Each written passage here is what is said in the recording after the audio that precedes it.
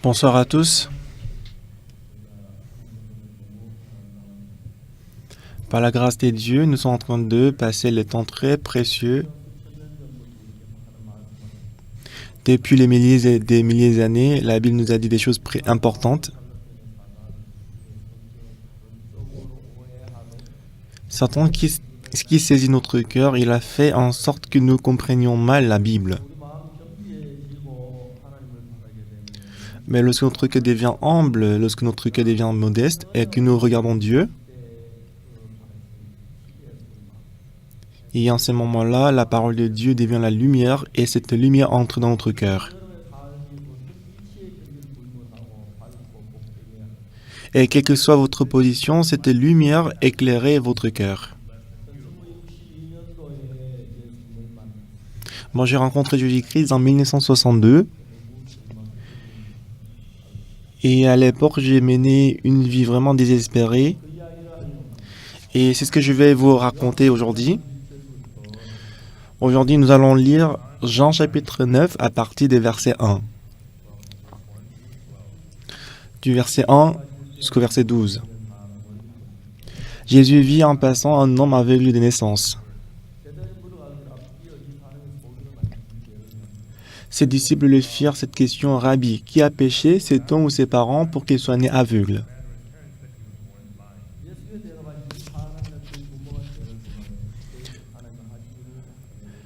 Jésus répondit: ce n'est pas que lui ou ses parents aient péché, mais c'est afin que les œuvres de Dieu soient manifestées en lui.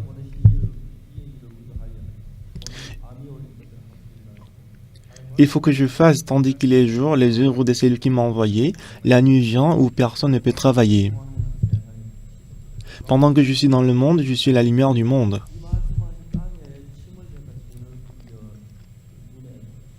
Après avoir dit cela, il cracha à terre et fit de la boue avec sa salive. Puis il appliqua cette boue sur les yeux de l'aveugle. Elle lui dit: va et lave-toi au réservoir de Siloé, nom qui signifie envoyé. Il y alla, se lava et s'en retourna en voyant clair.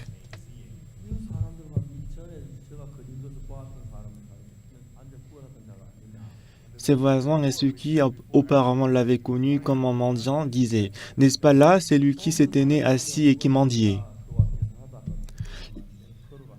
Les uns disaient: c'est lui, d'autres disaient: non, mais il lui ressemble. Et lui-même disait: c'est moi. Ils lui dirent donc: comment tes yeux ont-ils été ouverts?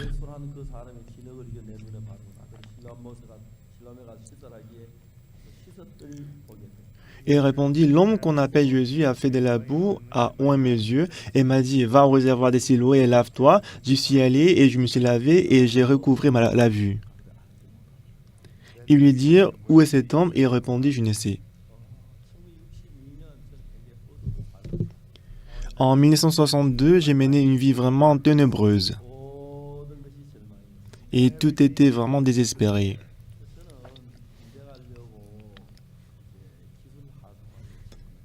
Et pour aller à l'armée, j'ai postulé pour le soldat des métiers. Puisque j'avais pas de problème physiquement, donc je n'ai jamais pensé que j'allais être disqualifié pour le test médical. Mais les dents du devant, bon, j'ai passé par tous les hôpitaux, tous les départements.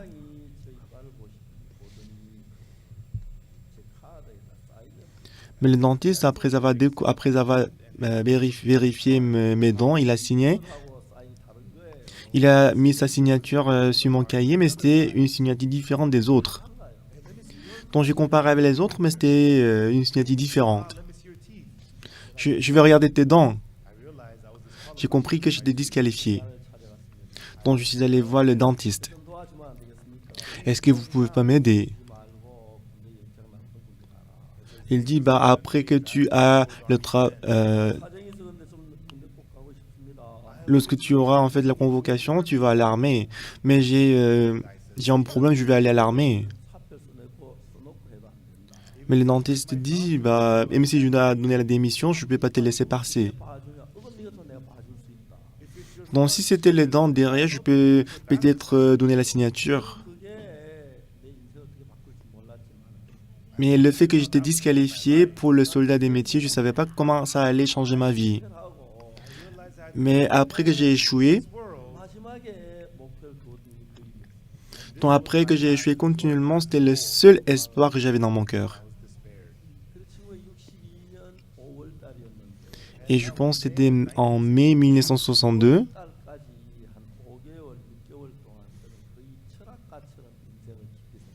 Du mai jusqu'en octobre, pendant 5 ou 6 mois, j'étais presque comme un philosophe qui pensait beaucoup à la vie. Même si je pensais profondément, rien de spécial peut apparaître, mais le résultat que j'ai obtenu après la réflexion, et à l'époque j'avais que 19 ans, j'ai réalisé que tout ce que je faisais, c'était l'échec.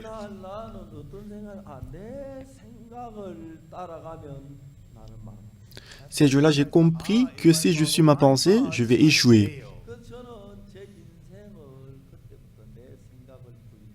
Alors depuis ces jours-là, j'ai renié ma pensée.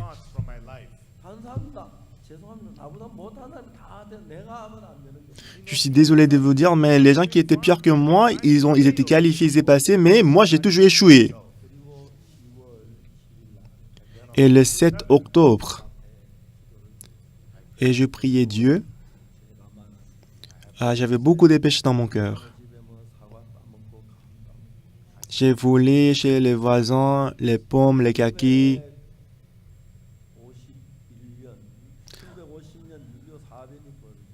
Quand le 25 juin 1950, la guerre de Corée était éclatée,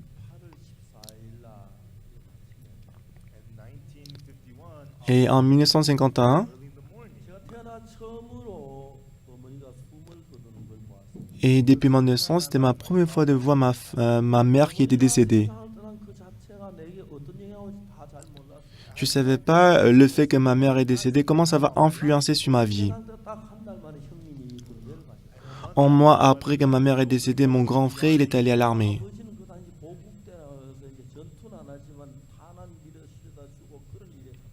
Et que mon père, il était envoyé en fait dans un endroit qui soutient la guerre.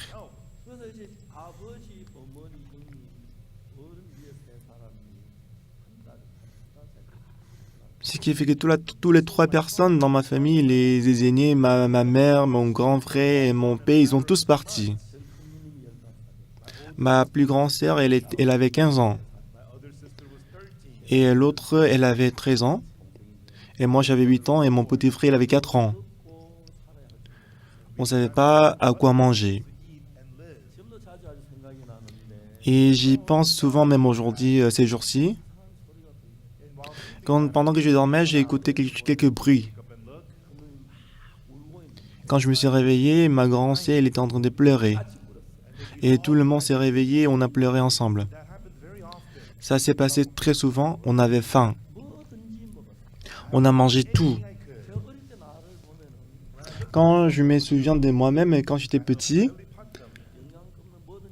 j'avais le ventre qui sortait parce que j'ai mangé toutes choses qui n'avaient pas de nutrition. J'avais les bras, les jambes très fines. C'est comme ça que j'ai passé mon enfance. Après que ma mère est décédée,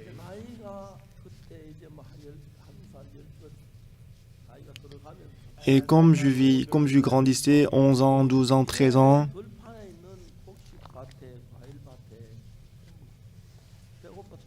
comme j'avais faim, je suis allé les champs des voisins pour manger, pour voler les pommes, les kakis. Depuis mon enfance, je suis allé à l'église. Alors tôt le matin, j'allais à l'église pour prier. Depuis que j'étais petit, je suis allé assister à la dévotion matinale. Alors j'ai demandé le pardon des péchés sans cesse. Si je crois en Dieu, et normalement, mes péchés doivent être de plus en plus légers. Mais mon péché s'aggravait de plus en plus. Et moi, je pensais que c'est sûr que j'allais en enfer. Et j'ai demandé le pardon à Dieu sincèrement. Dieu, permets-moi de ne pas commettre le péché aujourd'hui. Si je rencontre mes amis, ce soir, je vais encore pécher, voler. Ah, Seigneur, permets-moi de ne pas rencontrer mes amis et j'ai prié sincèrement. Mais le soir, déjà, mes amis étaient déjà dans la maison. Donc je souffrais beaucoup. C'était le 7 octobre 1962. Ces jours-là, juste après la dévotion matinale. Et tout le monde était parti rentrer chez eux et j'étais seul dans la chapelle. Et j'ai prié tout seul dans la chapelle. Ah Seigneur, j'ai commis tel péché, pardonnez-moi.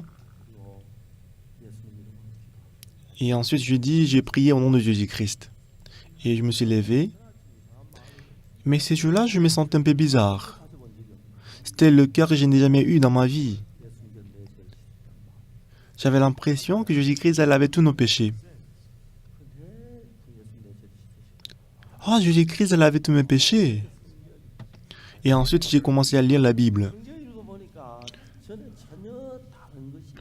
Et quand j'ai lu la Bible, j'ai vu quelque chose qui était complètement différent que je connaissais avant. Ce qui est intéressant, c'est que je lisais toujours la même Bible. Il y a plusieurs églises telles que presbytériens, méthodistes et baptistes. Il y a plusieurs types de dénominations. Et la Bible qui est lue par les chrétiens, les églises presbytériennes et méthodistes, c'est pareil. Mais c'est ce que j'ai compris à partir de là.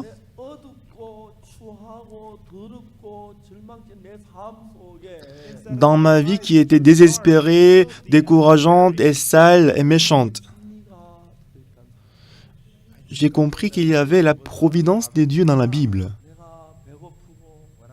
Quand j'avais faim, quand j'ai volé, quand j'ai menti, j'ai mené une vie vraiment misérable. Mais si c'est la fin de la vie, qu'est-ce qu'il est désespéré? Mais dans cette vie, il y avait la providence de Dieu.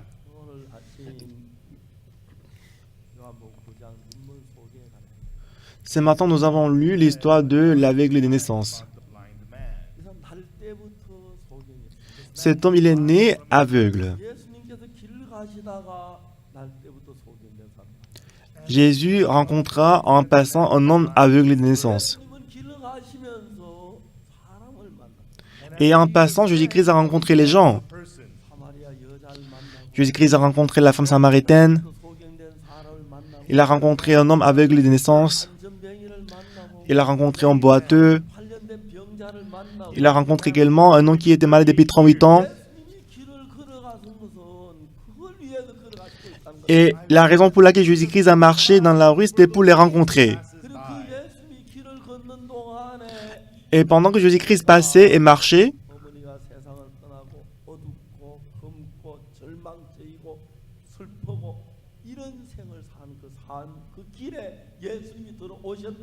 ça veut dire que dans ma vie qui était vraiment désespérée du fait que ma mère elle est décédée, il n'y avait que le désespoir et la tristesse, mais dans cette vie, Jésus-Christ est entré à l'intérieur.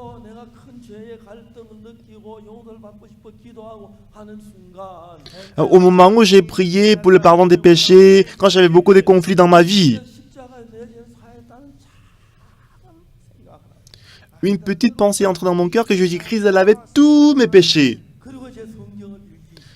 Et après cela, j'ai commencé à lire la Bible. Mais ce qui est vraiment étonnant, c'est que c'était la même Bible que je lisais jusqu'à présent. Mais j'ai commencé à voir la Bible d'une manière différente. Jésus-Christ, en passant, il a rencontré un homme aveugle de naissance. Et ses disciples, qu'est-ce qu'ils ont dit? Ah, il est né aveugle parce qu'il a beaucoup péché.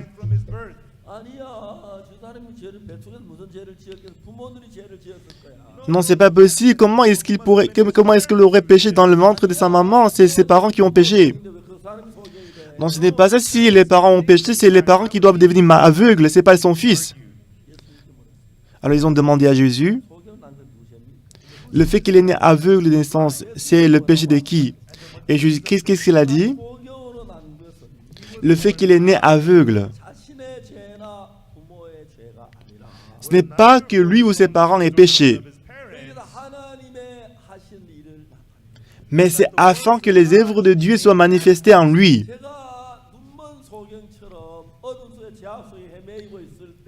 Quand je me débattais, quand j'ai erré dans les ténèbres comme cet aveugle, Jésus-Christ, il était en train de me regarder. Et qu'est-ce que Jésus-Christ m'a dit? Dans cet homme-là, je vais manifester les œuvres de Dieu.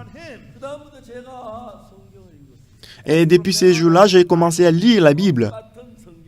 C'était toujours la même Bible. Mais je voyais complètement différemment. C'était très étonnant.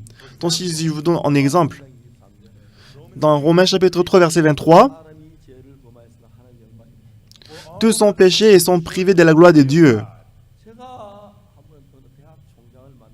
Une fois, j'ai rencontré un président de l'université. Et lui, pour me rencontrer, il a conduit la voiture pendant 8 heures de temps. Et avant de partir, il m'a appelé. Pasteur, si je quitte ici, ça prend 8 heures pour te rencontrer. Et pour te rencontrer, je vais quitter là en voiture. Donc répondez-moi. Si je pars pour vous rencontrer, est-ce que vous allez me rencontrer ou pas? Si vous me rencontrez, je vais partir là. Si vous n'êtes pas disponible, je ne vais pas partir. Donc je lui ai dit de venir. Donc il a conduit la voiture pendant 8 heures, il est venu chez moi. Alors j'ai lu Romains chapitre 3, verset 23. Je lui ai dit, est-ce que vous connaissez bien Romains chapitre 3, verset 23? Oui, bien sûr, je le sais. Il avait appris par cœur verset 23. Est-ce que vous connaissez aussi verset 24? Donc il connaissait très bien verset 23. Mais ces présents de l'université ne connaissaient pas verset 24. Je lui ai demandé de lire. Il a lu. Qu'est-ce qui est écrit là? C'est écrit que si on prie beaucoup, nos péchés vont être pardonnés. Le président de l'université, ce n'est pas qu'il ne sait pas lire. Mais il disait des choses incompréhensibles. Je lui ai dit de lire encore. Je ne suis pas très fort en anglais. En anglais, Romains chapitre 3, verset 24. Dans la version coréenne, on dit « Par sa grâce, par la rédemption qui est en Jésus-Christ, nous sommes justifiés gratuitement. » Mais en anglais, on dit comment? Mais on dit d'abord, on commence par « Ils sont gratuitement justifiés. » Ensuite, par sa grâce, par le moyen de la rédemption qui est en Jésus-Christ. Alors je lui ai dit, ils sont gratuitement justifiés. Il était surpris. Parce que la Bible dit qu'on est justifié par le moyen de la rédemption qui est en Jésus-Christ. Alors il connaissait très bien Romains chapitre 3, verset 23. Il a appris par cœur verset 23. Alors que le verset 24, c'était juste à côté. Il avait déjà lu. Qu'est-ce qui est écrit là? Il dit, si on prie beaucoup, nos péchés vont être pardonnés. C'est vrai. Donc dans le verset 23, il est écrit que nous sommes pécheurs. Mais dans le verset 24, il dit qu'on est justifié. La parole qui dit nous sommes justifiés, ça veut dire qu'autrefois on n'était pas justifiés. Mais à travers une occasion, on est devenu justifiés. N'est-ce pas? Nous sommes justifiés. On était autrefois pécheurs, mais nous sommes maintenant justifiés à travers un événement. Parce que Jésus-Christ est mort sur la croix en effaçant tous nos péchés. Parce que sur la croix, tous nos péchés sont pardonnés. C'est pour ça que nous sommes justifiés. Est-ce qu'il ne connaît pas le mot? Est-ce qu'il ne connaît pas la grammaire? C'est pas du tout difficile à comprendre. Mais aujourd'hui, la plupart des chrétiens du monde entier,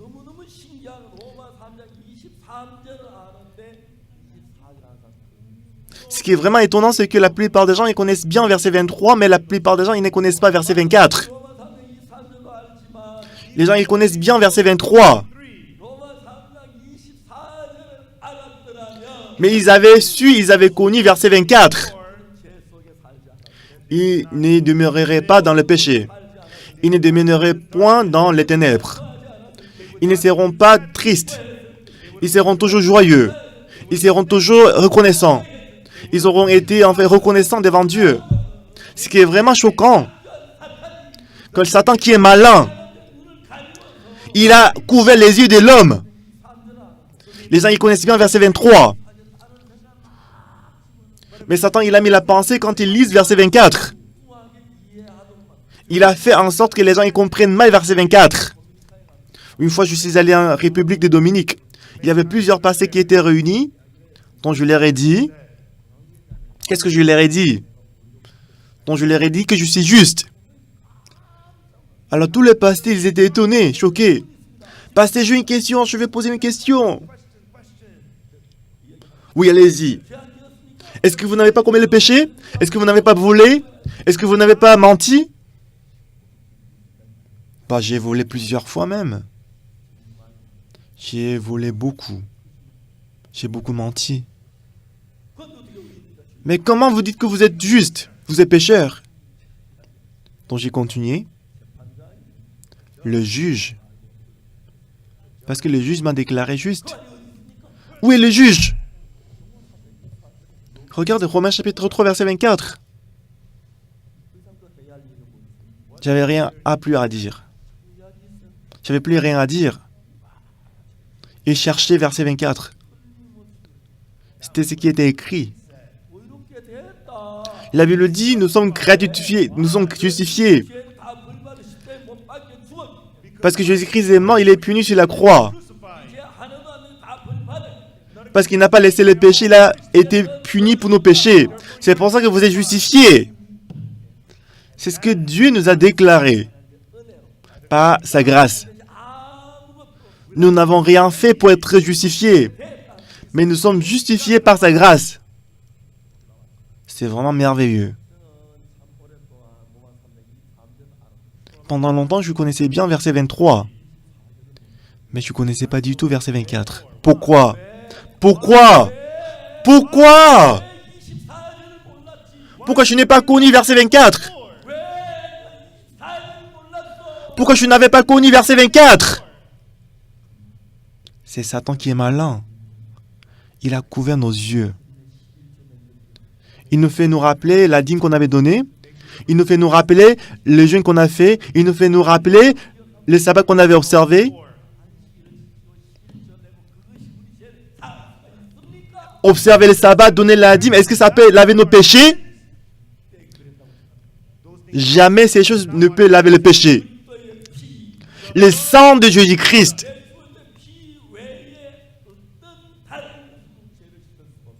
À part le sang de Jésus-Christ, rien ne peut laver le péché. Le sang de Jésus-Christ a été versé pour nous.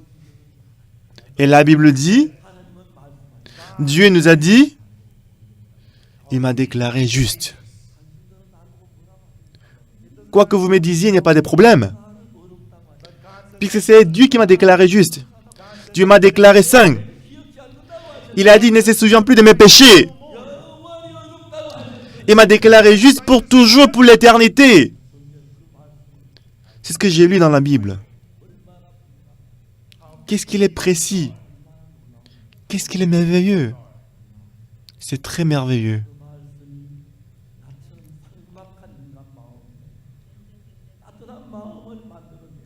Donc cette parole a créé la chaleur dans mon cœur qui était froid.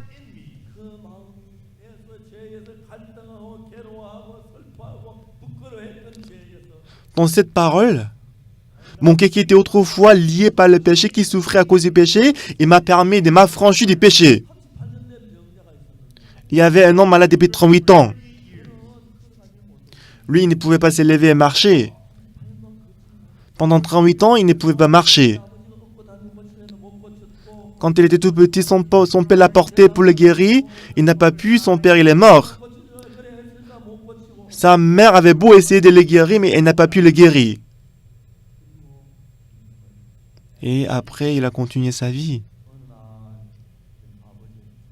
Un jour, son père et sa mère, ils sont décédés. Je pense qu'il avait quand même les frères et les sœurs. Donc je pense que il y avait aussi un petit frère. Donc s'il avait un petit frère, ça n'existe pas dans la Bible, d'accord? Donc j'ai inventé une histoire. Son petit frère en jeu lui dit, mon grand frère, je suis désolé. Ce matin, j'ai quelque chose à te dire. Notre famille a péri à cause de toi. Mon père, il avait beau essayer de te guérir, il n'a pas pu réussir, donc il est mort dans la tristesse. Et je sais très bien que ma mère, elle avait beau essayer de te guérir. Mais tu sais pourquoi ma mère et mon père, il est décédé très tôt? C'est à cause de toi, c'est maintenant, c'est moi qui dois porter ces fardeaux. Après que la mère est décédée, j'avais essayé de t'aider, donc j'ai pensé que je dois vivre pour toi. Mais plus je vis, plus ma pensée change. Mon grand frère, je suis vraiment désolé de te dire, mais ces jours-ci, je pense comme ça. Il fallait que c'est toi qui meures avant mon père. Il fallait que c'est toi qui meures avant que notre mère meure. Si tu étais mort avant, notre famille aurait dans la joie. À cause de toi que notre famille est malheureuse. Après que notre père et mère est décédé, donc je voulais vraiment vivre pour toi, t'aider. Mais tout récemment, ma pensée a changé. Il fallait que c'est toi qui meures avant notre père et notre parent. Avant que mon père et ma mère décèdent. Ça aurait été toi qui meurs. Et si tu étais mort, il n'y aurait pas eu le désespoir, il n'y aurait pas eu la tristesse. Pourquoi c'est toi qui es toujours vivant jusqu'à présent? C'est les parents qui doivent vivre. Je suis désolé. C'est ma première fois de révéler mon cœur. Si c'était toi qui étais mort, notre famille serait toujours dans la joie. Maintenant, c'est moi qui porte tous les fardeaux. Donc j'ai réfléchi. Donc je vais être comme mon père, je vais être triste. Tu sais ce que j'avais pensé? Moi, je veux que tu meurs. Donc tu devais mourir. Je suis vraiment désolé de te dire mon grand frère, mais c'est mon vrai cœur. Si tu étais mort, notre famille aurait dans la joie. On souffre beaucoup à cause de toi. Mon grand frère, je suis désolé. Moi, je voulais pas laisser ma famille dans les ténèbres. Et moi, je vais trouver la paix. Je vais trouver le bonheur. Je vais vivre dans la joie. Moi, je vais t'oublier. Je vais me marier avec une femme. Je vais avoir les enfants. Comme les autres familles, je vais vivre dans le bonheur. Quand je te vois, il n'y a nulle part le bonheur. Mon frère, c'est tout ce que j'ai. Donc j'ai déjà rempli les sacs du riz. J'ai aussi mis des choses... j'ai gardé toutes les nourritures dans la chambre. Et c'est tout l'argent que j'ai. Prends-le. Moi, je vais sortir de la maison. Je vais quitter la maison et après, c'est toi qui vas être responsable de ta vie. Je vais t'effacer dans mon cœur. J'ai décidé de t'abandonner. Je n'ai plus de grand frère. Je suis désolé. Le grand frère a dit, mon petit frère, ah, t'as bien pensé. T'es vraiment intelligent. Oui, tu aurais dû le faire plus tôt. Pourquoi maintenant que tu m'abandonnes? Hey, mon petit frère, lève-toi. Ne me regarde plus. Va-t'en, m'oublie. M'oublie, toi tu dois être heureux. Quand va-t'en. Adieu. C'est comme ça qu'il a envoyé son petit frère. Donc il pleurait tout seul, il riait, donc il menait la vie misérable. Donc maintenant il a faim, il mange du riz cuit, le riz, du blé. Il n'avait plus à manger. Alors il a grimpé pour sortir de la maison. Et il a commencé à mendier aux gens. Et là, dans la rue, il a écouté la rumeur que si on va à la piscine Bethesda,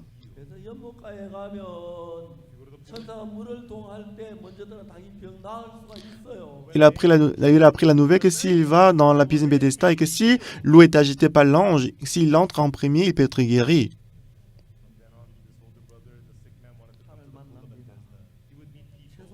Il rencontrait les gens.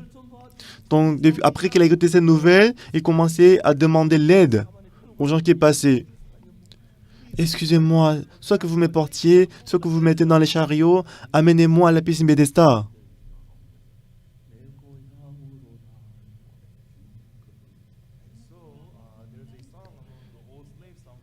Donc, parmi les esclaves, il y a un chant qui chantait souvent. Envoie-moi à ma ville natale, où les fleurs sont fleuries et l'endroit où l'oiseau chante. Envoie-moi à la ville de l'esclave. Donc, en tout cas, cet homme est là depuis 38 ans. Il commençait à chanter « Envoie-moi à la piscine Bethesda ». Alors les enfants qui passaient, et là, il les avait pitié de lui, donc il l'a mis dans les chariots, il l'a ramené à la piscine Bethesda. Il pensait que s'il arrive dans la piscine Bethesda, il allait être guéri. Mais il est déçu. Alors il y avait beaucoup de gens autour de la piscine. Mais il n'y avait pas d'espace où il peut s'installer et il n'y avait pas le moyen d'y entrer en premier. Alors il était éloigné de la piscine, il demandait le pain à manger. Et c'est là qu'il a rencontré Jésus-Christ. Jésus-Christ, pour nous rencontrer, pour nous sauver du péché, Jésus-Christ est en train de voyager continuellement. Il est allé à Samarie, il va à la Judée, il va en Galilée. Il a rencontré la femme adultère, il a rencontré la femme samaritaine, il rencontre l'aveugle-né, il rencontre l'homme malade depuis 38 ans, il rencontre Oxepac, il rencontre Pasteur Joseph Pac, pour rencontrer tout le monde. Mais maintenant, il est en train de voyager. En Dieu sait, Jésus-Christ m'a rencontré, et puis il s'est adressé à moi. Tu es juste. Tu es juste. Par le moyen de la rédemption qui est en Jésus-Christ. Gratuitement, tu es justifié.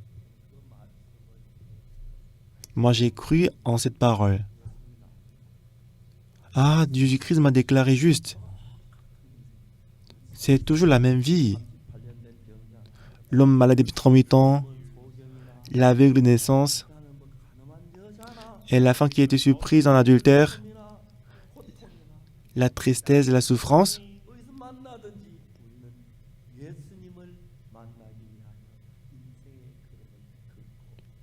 Nous tous, on est en train de marcher dans notre vie pour rencontrer Jésus-Christ. Est-ce que vous avez rencontré Jésus-Christ? Qu'est-ce que Jésus-Christ vous a dit? Est-ce qu'il vous a reproché parce que vous avez désobéi à la loi? Est-ce qu'il vous a grondé parce que vous avez désobéi à la loi? Est-ce qu'il vous a reproché parce que vous avez commis l'adultère? Non. Jésus-Christ nous a dit,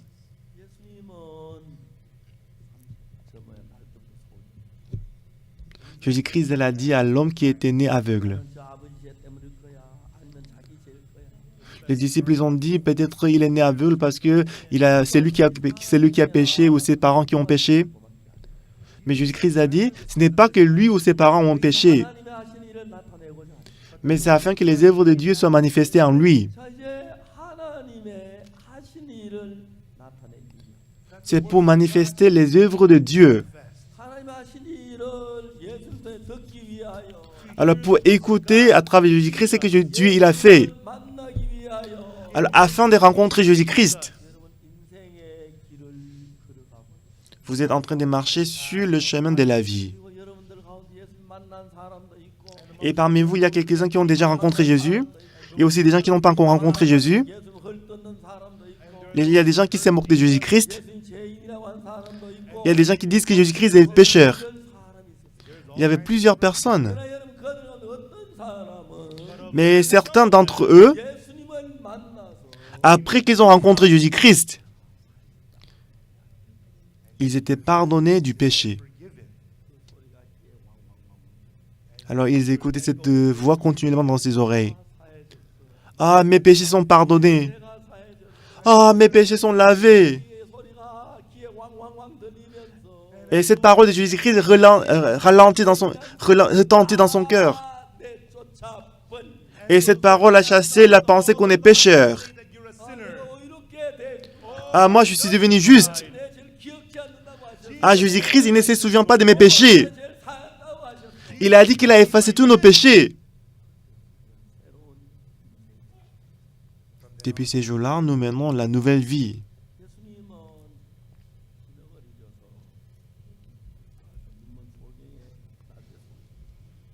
Jésus-Christ, il a fait de la boue avec sa salive et qu'il a mis sur les yeux de l'aveugle.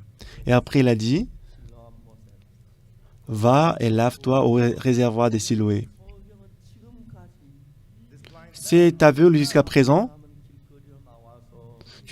quand il s'est réveillé, il sortait dehors et il mendiait aux gens pour lui donner de l'argent. C'est ainsi qu'il a vécu jusqu'à présent. Mais après qu'il a rencontré Jésus-Christ,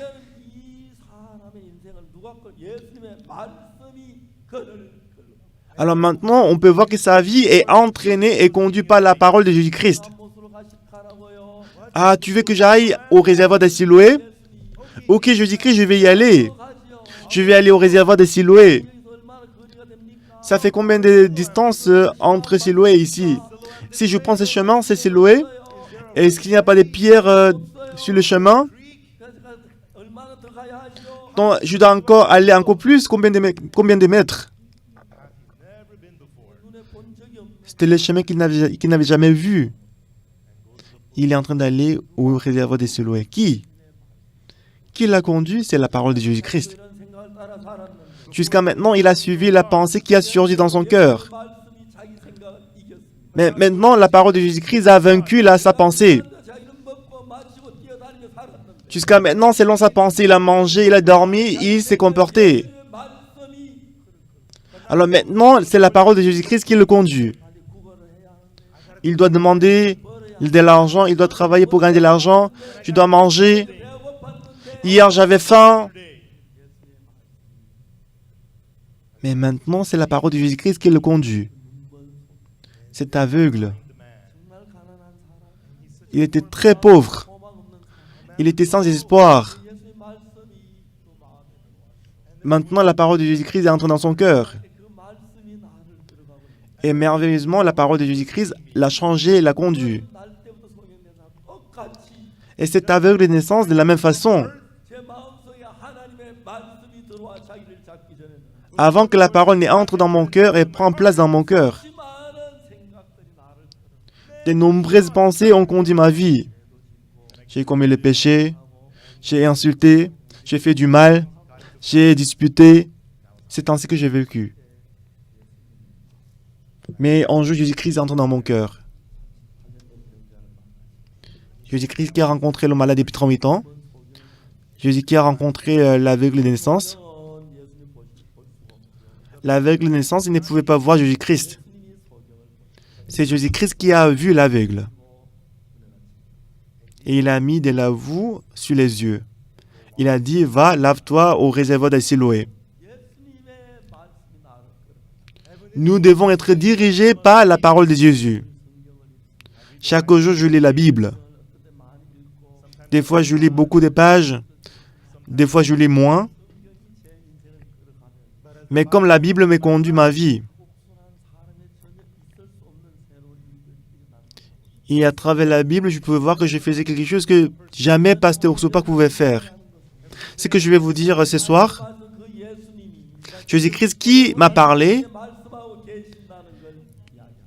il est en train de vous parler aussi. Moi, j'ai lu la Bible. Même si j'ai lisé la Bible, je lisais avec mon cœur, avec ma pensée. Mais Satan a travaillé dans ma vie et dans mon cœur. Et je n'avais pas les yeux de regarder exactement la Bible et la parole de Dieu. Mais après que Jésus-Christ est entré dans mon cœur, après que Jésus-Christ a dominé sur mon cœur, c'est toujours le même évangile selon Jean. C'est toujours le même Jean chapitre 9.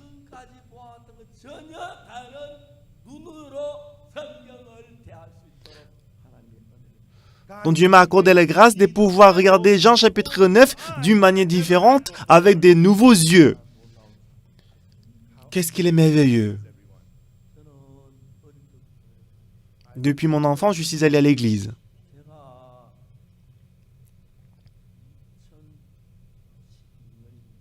C'était en 2012. Je suis allé au Ghana.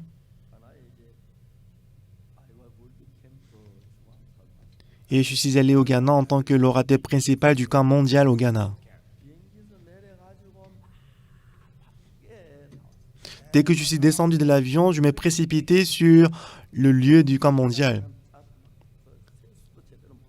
Alors j'ai à peine me lavé le visage. Donc j'ai changé rapidement le vêtement, je suis allé prêcher la parole. Et ces jours-là, la première dame du Ghana était présente au camp du mondial. Et le camp mondial, c'est un événement très connu dans le monde entier parce qu'il y a beaucoup de gens qui viennent assister au camp. De temps en temps, la première dame, le président, il assiste au camp mondial. Et que la première dame du Ghana, elle a donné le mot de bienvenue pour les jeunes. Parce que la première dame, elle est très occupée.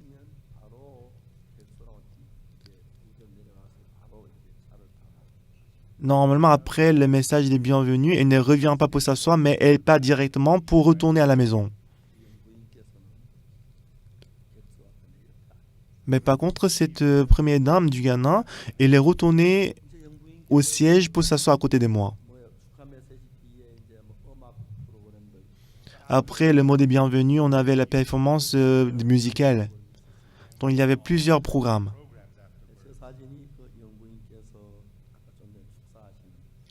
Voici les photos de la première dame du Ghana qui donnait le mot de bienvenue. Elle était assise et j'ai discuté avec elle. Et elle a aussi écouté le message que j'avais prêché. Et le camp mondial, ça a duré 2 ou 3 heures. Et elle a attendu jusqu'à la fin. Et même si le camp était fini, elle ne partait pas. Elle a discuté avec moi. Alors je lui ai prêché l'évangile. Et la première dame, elle m'a dit, Pasteur, le président actuellement, il est malade. Est-ce que vous pouvez prier pour lui? Oui, bien sûr. Est-ce que monsieur le président doit venir jusqu'à ici pour être prié? Non, il n'y a pas de souci, je peux y aller pour prier pour lui. Il m'a demandé mon numéro de téléphone. Donc je lui ai donné le numéro du missionnaire du Ghana. Et la première dame, dès qu'elle est partie, elle m'a appelé. Elle a dit qu'elle va envoyer des voitures demain matin entre 9h et 9h30.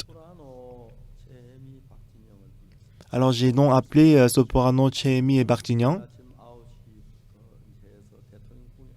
Donc je leur ai dit qu'à 9h du matin demain, on va aller au palais présidentiel. Donc je leur ai dit de préparer 2 ou 3 chants ghanéens. Alors à 9h le lendemain, on attendait. Vers 9h10, il y avait 2 motards policiers qui sont entrés et qu'il y avait 3 voitures noires qui sont entrées aussi. Et la première dame, elle était venue aussi. Ah, bonjour, la première dame. Elle est venue pour nous accompagner. Donc j'ai présenté Tuemi et Bartignan qui allaient chanter pour le président. Tuemi et Bartignan, ils ont pris la même voiture que la première dame.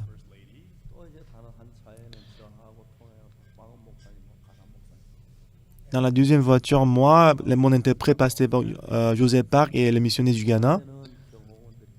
Et dans la troisième voiture, c'était les gardes du corps qui étaient montés dans la voiture. Donc en ce moment-là, le président, c'était le président Jonathan Mill. Et ce président était connu pour le fait qu'il était très pieux, même s'il était très occupé, mais chaque dimanche, il allait à l'église pour participer au culte.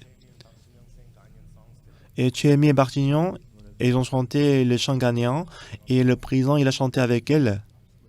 Et après les chants, j'ai commencé à prêcher la parole. Et le président, il m'a dit, pasteur, donc ça faisait longtemps que mon médecin traitant et spécialiste traite ma maladie. Il est en train de me traiter ma maladie, mais ma maladie s'aggrave de plus en plus.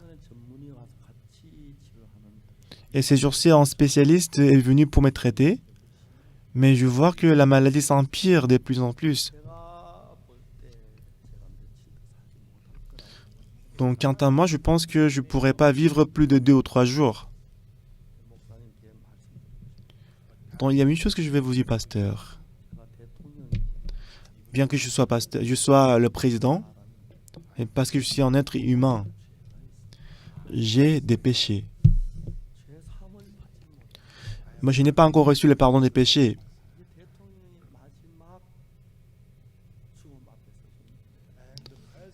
Le président, il était devant la mort.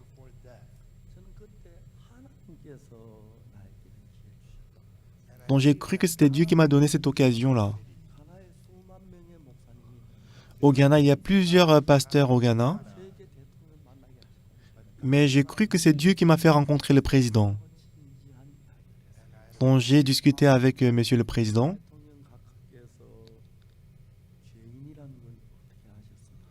Comment vous avez su que vous étiez pécheur? Et le président, il m'a dit, donc il était vraiment humble. Il a dit, parce que j'ai commis le péché, je suis pécheur. Donc je lui ai dit, monsieur le président, c'est pas vrai. Il était choqué. Donc, votre Excellence, dans quel pays est-ce que la personne qui vient de commettre le péché, c'est la personne qui vient de pécher, est-ce qu'il juge lui-même le péché? Au Ghana, quand on pêche, est-ce que c'est lui-même qui juge son péché? Non, c'est le juge qui juge son péché. Et le président, il dit, oui, c'est vrai.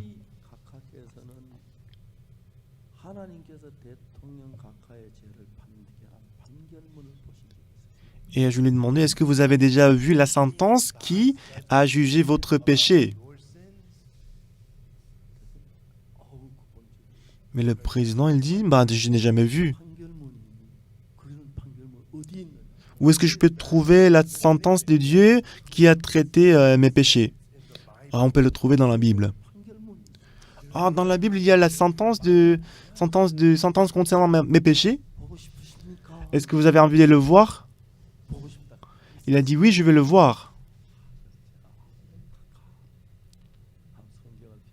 Donc je lui ai dit, votre Excellence, j'ai ouvert la Bible. Il y a longtemps, j'ai rencontré un avocat.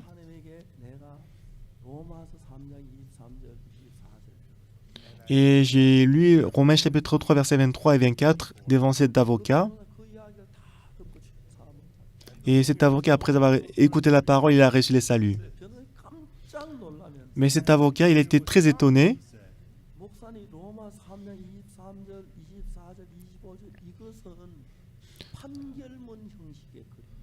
Il a dit, pasteur, Romains chapitre 3, versets 23 et 24, c'est écrit de la même façon que la sentence. Tous ont péché. Voilà pourquoi tout le monde doit être détruit. Mais parce que Jésus-Christ est mort à notre place pour laver les péchés, nos péchés sont lavés. Nous sommes devenus justes. Donc la façon dont verset 23, 24 est écrite, c'est la même façon qu'elle est écrite comme la sentence.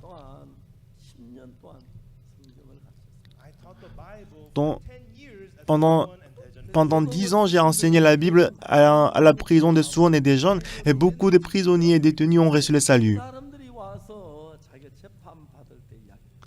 Et beaucoup de prisonniers, après avoir reçu le salut, ils m'ont raconté comment ils étaient jugés. Dans la sentence, on dit « telle personne était compliquée dans tel péché ».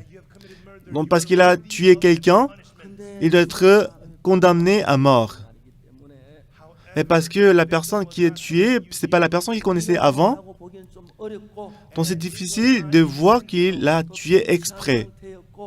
Il était ivre, en état d'ivresse, et aussi il paraît qu'il regrette. Je vais le condamner à 10 ans de prison ferme.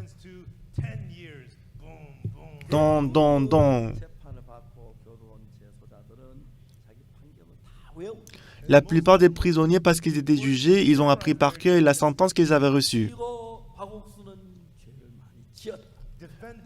Le défendant Oksupar, il a beaucoup péché. Il est digne d'être condamné à mort. Il est digne d'aller en enfer, mais vous êtes justifié parce que Jésus-Christ a reçu toutes les punitions. C'est la même façon, c'est écrit de la même façon qu'une sentence. Donc j'ai lu versets 23 et 24.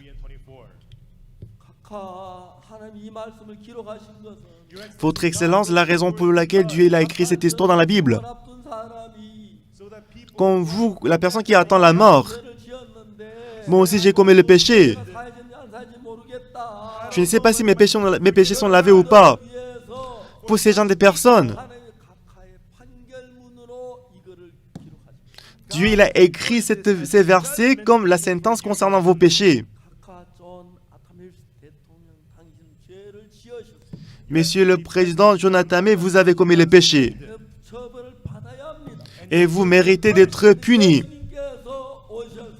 Mais Jésus-Christ est venu dans ce monde.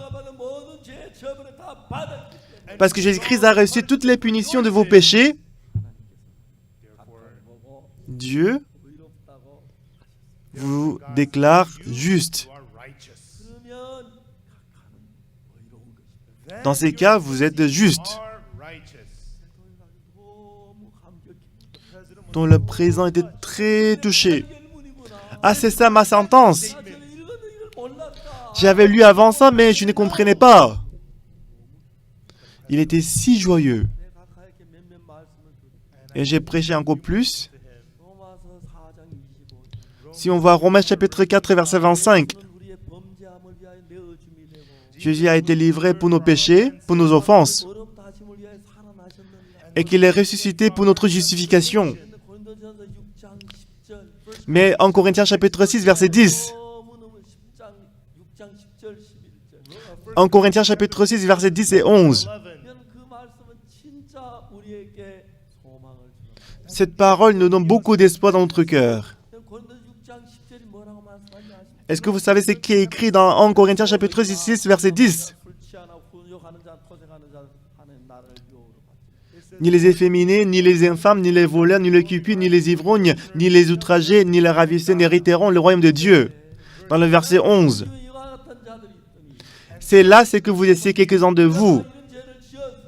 Vous avez commis tel péché. Ça veut dire que normalement, vous ne pourrez pas aller au ciel. C'est là ce que vous essayez quelques-uns de vous.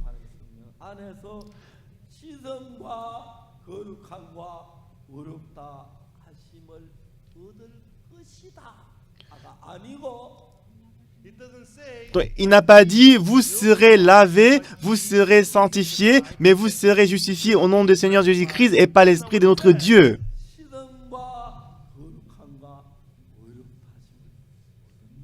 Mais il a plutôt dit, vous avez été lavés, mais vous avez été sanctifiés, mais vous avez été justifiés. Qui est-ce qui a dit ça?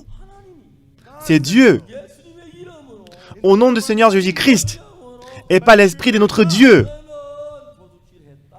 Vous avez commis le péché, mais vous avez été lavé.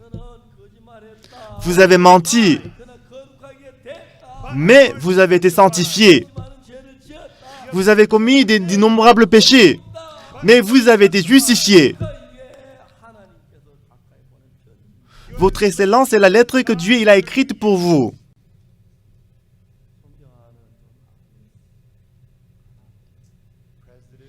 Président du Ghana, Jonathan Mill.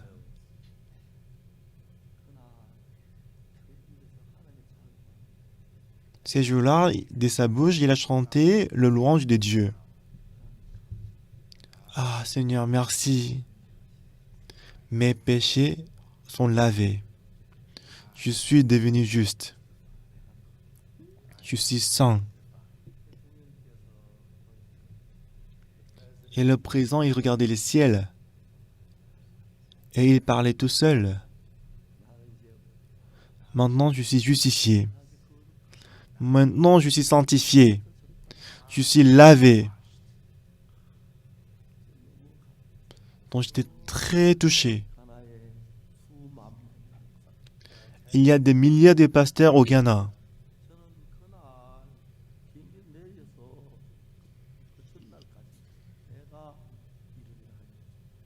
Mais quand je suis arrivé au Ghana, je n'ai jamais imaginé que j'allais prêcher la parole au président. Il faut que le président du Ghana rencontre Jésus-Christ. Mais à travers moi, Dieu a pu prêcher la parole de Jésus-Christ. Le président était si joyeux. Parce que je n'étais pas très fort en anglais. Donc j'ai pris pasteur Joseph Park. Donc pour lui, je dois acheter 2 hamburgers. Je dois acheter 2 billets d'avion. Je dois aussi réserver des chambres d'hôtel à cause de lui. Mais je le remercie beaucoup. Il est aussi beau. Il est très beau.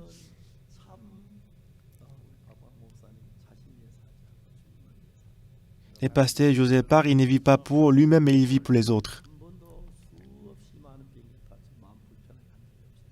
Donc, on a pris plusieurs fois l'avion, mais jamais une fois, mon cœur était mal à l'aise à cause de lui. Je remercie Dieu. Donc, c'est parce que les gens ils ont fait le tour de Babylone et que les langages sont divisés en plusieurs langues. Mais une chose que je connais, si nous allons au ciel, on ne va pas parler l'anglais, ni coréen. On va parler une seule langue. C'est pour ça que je n'apprends pas l'anglais. Parce que bientôt, je vais aller au ciel. Parce que même si j'apprends l'anglais maintenant, là, ces jours-là, quand je vais aller au ciel, je ne vais pas utiliser l'anglais. Mais cette parole est vraiment reconnaissante. Nous avons été justifiés par le moyen de la rédemption qui est en Jésus-Christ, par sa grâce. Pourquoi les gens ne regardent pas ces paroles? Les gens connaissent bien verset 23, mais pourquoi les gens ne connaissent pas verset 24? Si on me dit de parler ces gens des choses, toute la nuit, même si je parle de ça, je ne peux pas finir le sermon. Mais les gens disent qu'ils sont pécheurs. Ils demandent le pardon des péchés. Alors qu'il est déjà écrit dans la Bible que tous les péchés sont pardonnés. Ils sont déjà lavés, ils sont sanctifiés, ils sont justifiés. Mais Satan qui est méchant, il a couvert les yeux. Il a trompé en disant que vous êtes pécheurs. Du moment où Jésus-Christ a versé le sang, tous les salaires de nos péchés sont payés. Nous ne sommes plus pécheurs. C'est ce que nous devons croire. Voilà pourquoi moi j'ai cru à ces paroles. Voilà pourquoi je suis juste. Pourquoi? Vous savez pourquoi les gens ils vont en prison? Ils vont en prison parce qu'ils ont commis le péché? Est-ce qu'ils vont en prison parce qu'ils ont tué quelqu'un? Non. Alors pourquoi ils vont en prison? C'est parce que c'est le juge qui les a envoyés, c'est pour ça qu'ils vont en prison. C'est vrai. Même s'ils ont beaucoup volé. Si le juge ne dit pas... Si le juge dit innocent, non coupable, il ne va pas y aller là-bas. Si le juge dit il est condamné 10 ans de prison, il doit aller en prison. Jésus-Christ, il est un bon juge. Nous commettons le péché, mais il nous a déclaré justes. Il a déclaré que nous sommes lavés. Il a déclaré que nous sommes sanctifiés. Pourquoi? Par le sang de Jésus-Christ. Tous les jugements de nos péchés sont finis.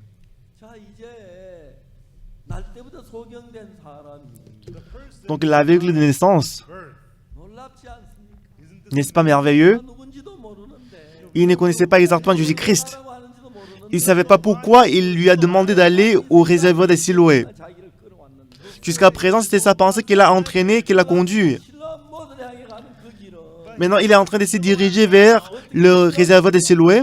Comment est-ce qu'il peut aller au réservoir de Siloé? C'est la parole de Jésus-Christ qui l'a conduit au réservoir de Siloé. Vous savez pourquoi je dis je suis juste? Les gens qui apprennent l'anglais, ils parlent l'anglais, n'est-ce pas? Moi, j'ai appris ça à travers Jésus-Christ. Vous êtes juste. Je ne me souviens plus de tes péchés. Tes péchés sont lavés. Tu es sanctifié. C'est ce que j'ai appris de Jésus-Christ. Et puis, j'ai le cru. C'est pour ça que je dis la même chose. Les gens qui apprennent de Satan, ils disent qu'ils sont pécheurs. Si nous sommes pécheurs, le fait que Jésus-Christ est mort sur la croix, ça ne sert à rien. Ça veut dire que Jésus-Christ est mort sur la croix, mais il n'a pas lavé le péché. Non, ce n'est pas vrai. Il a lavé le péché. Il a lavé plus blanc que la neige. Voilà pourquoi nous sommes justes. Croyez-y. Il faut le croire. Il faut y croire. Parce que si vous y croyez pas, vous allez aller en enfer. Amen. Dis Amen. Est-ce que vous y croyez? Oui, tout ce que vous devez faire, c'est de croire.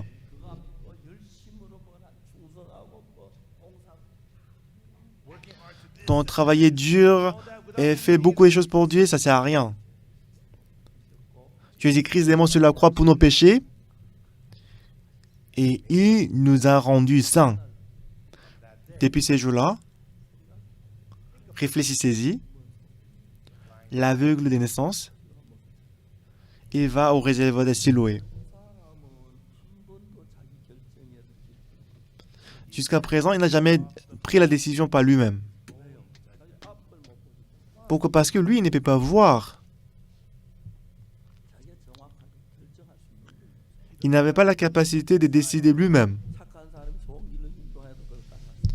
Lorsqu'une bonne personne le conduit son chemin, il peut le suivre. Même si une mauvaise personne le conduit au mauvais chemin, il ne peut s'empêcher de le suivre. Parce qu'il n'a pas la capacité de décider, prendre la décision lui-même. C'est pour ça que lui, il a suivi la parole de Jésus-Christ, il est allé au réservoir de Siloé. Donc, en allant à Siloé, il a demandé aux gens, il a demandé plusieurs reprises. Et en fin de compte, il est arrivé au réservoir de Siloé. C'est bien ici, le réservoir de Siloé. Et pour descendre, pour entrer dans la piscine, dans le Siloé, est-ce que ce n'est pas glissant? Il n'y a pas de souci, ce n'est pas glissant. Mais fais attention quand même de ne pas glisser. Alors finalement, il a pu toucher l'eau de Siloé. Comme dans la parole de Jésus-Christ, il a pris de l'eau, il commençait à se laver. Il s'est lavé encore du visage. Mais quelque chose d'étonnant s'est passé. Il commençait à voir quelque chose. Il commençait à voir le monde. Ah, voir, c'est ce que ça veut dire. J'ai entendu parler de voir, mais je ne savais pas de quoi il s'agissait voir. Ah, moi je vois. Ah, c'est à quoi ressemble la piscine. Ah, le canard sur la piscine, ah, c'est ça le canard. Et ensuite, il voyait de l'eau. Il regardait de l'eau. C'est quoi ça? Et je vois quelque chose qui est reflété. Hein? Hum, hum. Il me suit. Quand je vais à droite, il va à droite. Quand je vais à gauche, il va à gauche. Ah, c'est moi, c'est mon image. Ah, c'est moi. Ah, c'est moi. C'est bien moi. Pour la première fois, il s'est regardé. Pour la première fois, il s'est regardé son image. Ah, c'est moi. Ah, Jésus-Christ m'a aimé. Il a ouvert mes yeux. Quand il allait là-bas, il demandait aux gens, et attentivement, il est arrivé au réservoir des Siloué, mais des retours, il chante. Ah, je suis satisfait, je suis content.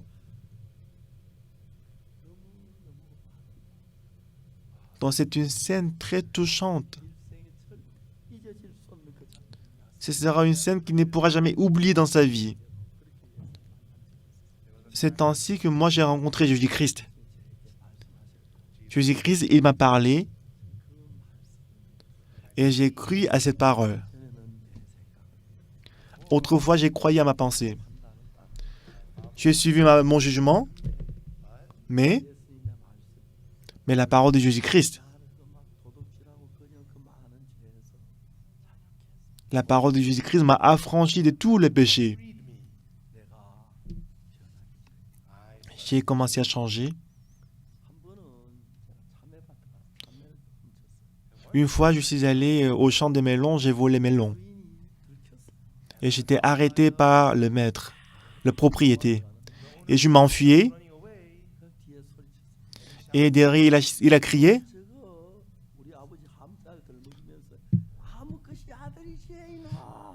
Et il a crié, ah, tu es le fils de... Il a appelé le nom de mon père.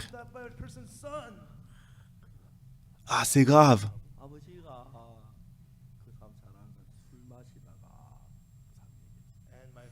Donc mon père, il le connaissait très bien. En buvant, il a causé avec lui.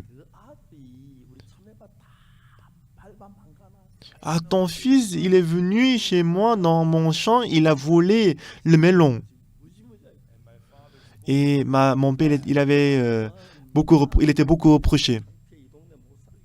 Et mon père me disait que c'est à cause de toi que j'ai très honte, je ne peux pas vivre dans ces villages. Ah, il faut que je déménage, comment est-ce que je peux vivre à cause de toi? Donc j'étais vraiment désolé à mon père. Donc j'avais envie de voler tous les melons le lendemain. Mais ça n'a pas marché. C'est le vol, c'est le péché. Je vais en enfer. Je ne pouvais pas me changer. Alors quand je rencontre mes amis, j'ai volé encore. Mais un jour, j'ai rencontré Jésus. Et j'ai accepté la parole de Jésus-Christ qui est dans la Bible. Il m'a déclaré juste. C'est vrai que moi, je suis pécheur. J'ai commis toutes les sortes de péchés. C'est vrai que je suis pécheur. Mais Jésus-Christ m'a déclaré juste. Depuis ces jours-là, je ne croyais plus à ma pensée, mais je croyais à la parole de Jésus. Je suis juste. Donc, depuis ces jours-là, il a conduit ma vie. Plus je lis la Bible,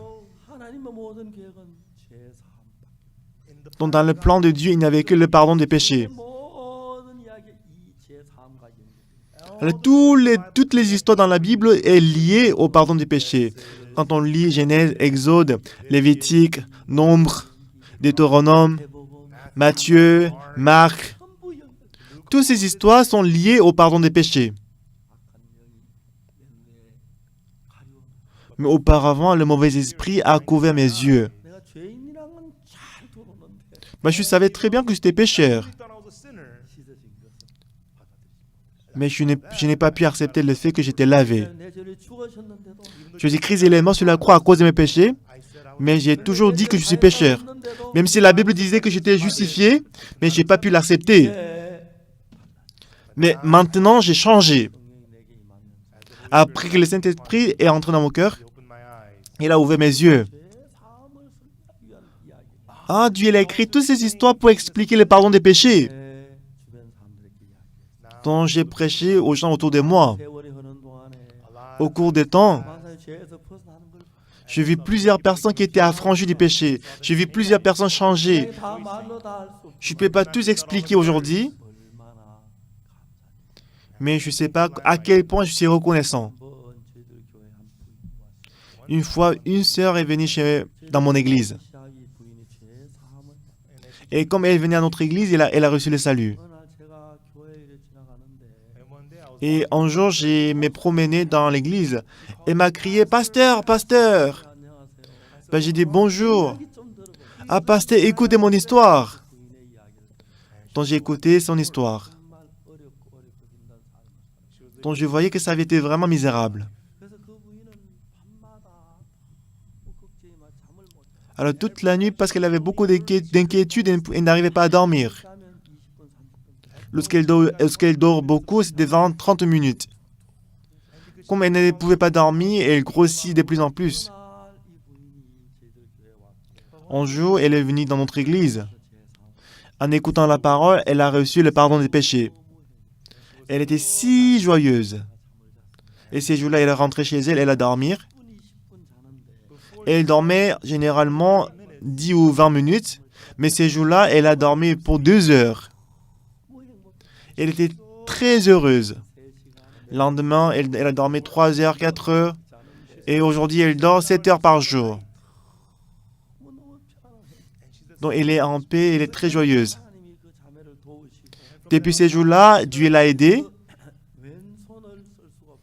Auparavant, elle ne pouvait pas utiliser la main droite, la main gauche. Puisqu'avant, elle souffrait beaucoup qu'elle voulait se suicider. Alors, elle voulait se suicider, elle a coupé la main droite. Elle devait couper l'artère, mais elle a coupé plutôt les nerfs.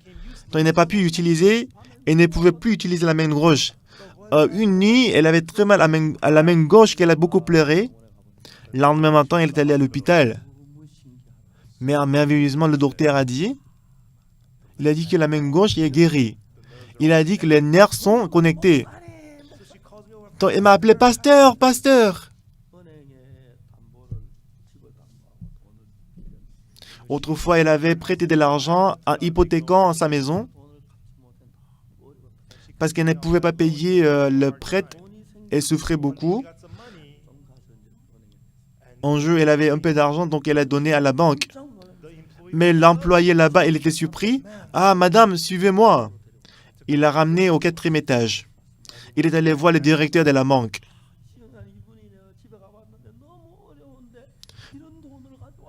Monsieur le directeur, je suis allé chez elle une fois, elle est vraiment en difficulté, mais aujourd'hui, elle a apporté une partie d'argent. Donc, le directeur de la banque, il était touché.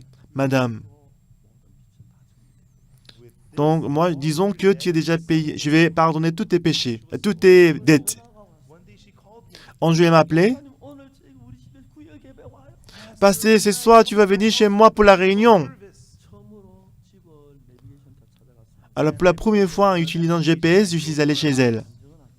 Elle a donné son témoignage.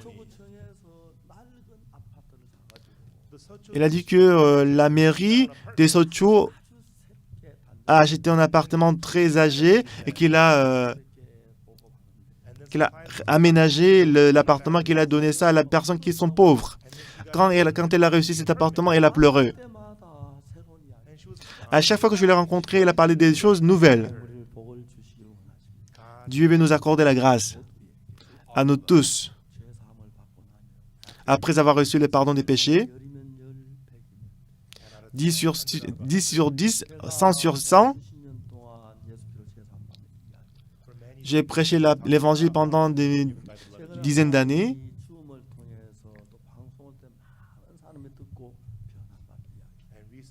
Et tout récemment, à travers Zoom, en ligne, beaucoup de gens ont écouté l'évangile, ils ont changé.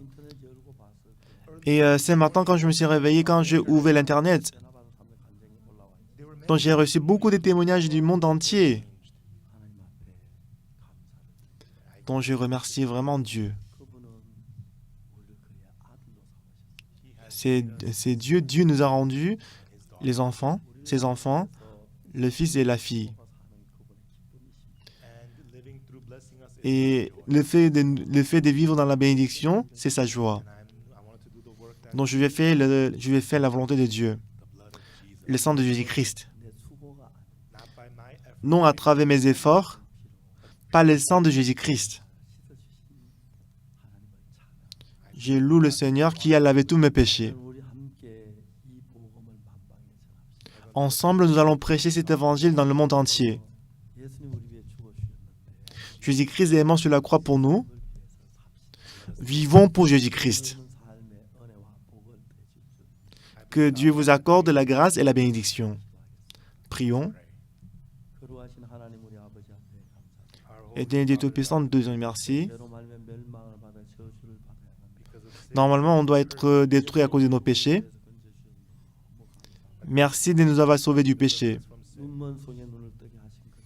Comme si tu as ouvert les yeux de l'aveugle. Autrefois, avec les yeux qu'on avait, on était pécheurs.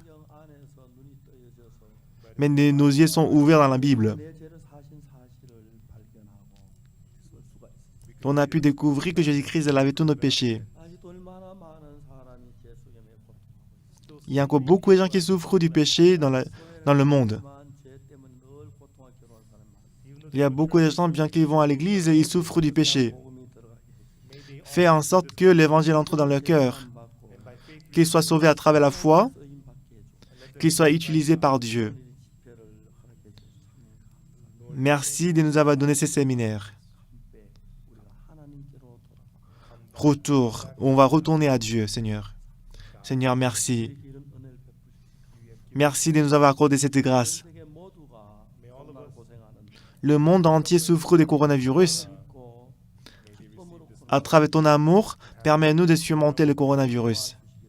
Seigneur, aide-nous. Merci, Seigneur. J'ai prié au nom de Jésus-Christ. Amen. Merci à tous.